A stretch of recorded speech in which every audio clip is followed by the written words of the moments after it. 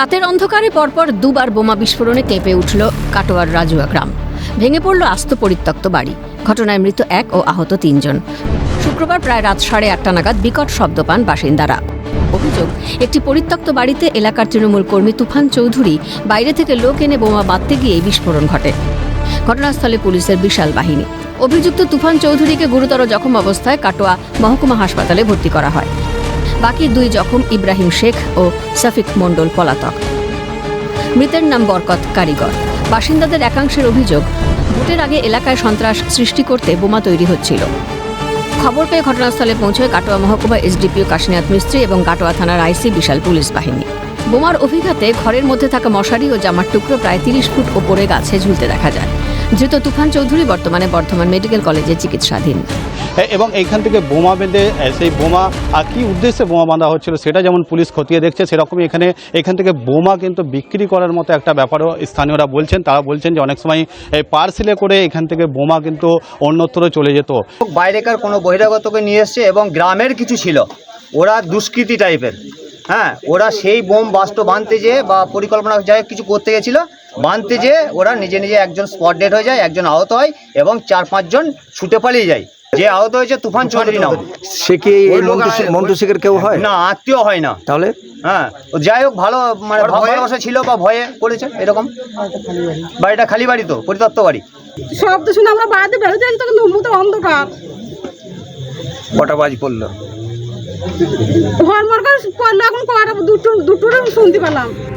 এ বিষয়ে কিছুই জানতেন না বলে দাবি মৃতের পরিবারের। কালকে পুরো 6টার সময় বেরিয়ে গেছে, সন্ধ্যে 6টায় মিস্ত্রির কাজ থেকে এসেছে। আমি এখন কী করে বলবো, এবার কার কি আর কে সূত্র আছে না কি আছে আমি সেটা তো বলতে পারছি না। হ্যাঁ, এমনি কোনো সময় ডাকলে আর বললে যেত। হ্যাঁ, ঝামেলা মামলা করে কারো বিচারে ফিচারে এসব যেত, কিন্তু যে কাউকে মারা ধারা এসব কিছু নাই। হ্যাঁ, কি শুনলেন, কি হয়েছিল? আমি তো পুলিশে বলে গিয়েছে যে মরে গিয়েছে। আচ্ছা, কিভাবে মরেছে তাও জানি না।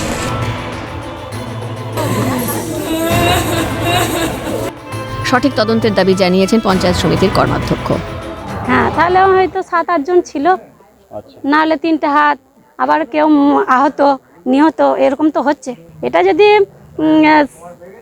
বৃষ্টিটা না হলে এই 4-5টা মনে হয় যেন চলে যেত। মানুষ তো এখানে শুয়েছিলেন, এনাদের ঘর, এনারা ছেলেপিলে নিয়ে শুয়েছিলেন।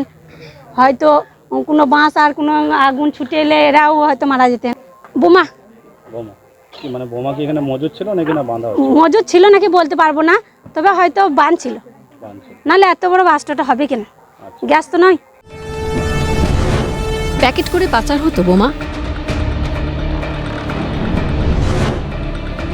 বোমা বিস্ফোরণে জঙ্গল শেখের যোগ।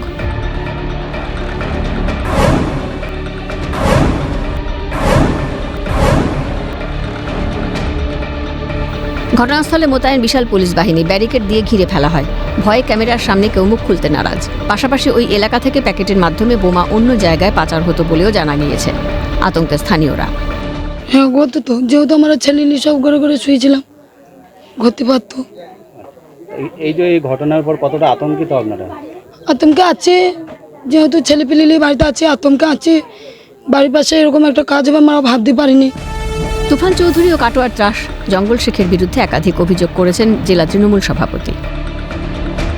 জঙ্গল শেখদের একটা পরিকল্পনাই ছিল মহরমের পর কাটোয়ায় ঢুকে আবার দখল নেওয়া, মানুষের অত্যাচার করা এবং যে কোনো সময় আমাদের পার্টি অফিসে আক্রমণ করা, আমাদের উপর আক্রমণ করা। তুফান চৌধুরী জঙ্গলের সঙ্গেই ছিল। এর আগে আমরা একটা তথ্য থেকে জানতে পারলাম যে ওরা খাগড়াগড়ে ছিল। বোমা বিস্ফোরণের ঘটনায় কাটোয়ার ত্রাস জঙ্গল শেখের যোগ থাকতে পারে বলে অনুমান। চুরি, ছিনতাই, তোলাবাজিতে ছোট থেকেই হাতেখড়ি ছিল জঙ্গল শেখের। তার সঙ্গেই যোগ রয়েছে কিনা তা খতিয়ে দেখছে পুলিশ। পাশাপাশি কোথা থেকে এলো এত বোমা তৈরির সরঞ্জাম? এলাকার পাশেই বীরভূমের নানু। তাহলে কি বীরভূম থেকে দুষ্কৃতী এনে দিনের পর দিন চলত বোমা তৈরির কাজ? অরূপ সেনগুপ্ত, রাজেশ খান ও অমরনাথ দত্তের রিপোর্ট, ক্যালকাটা নিউজ।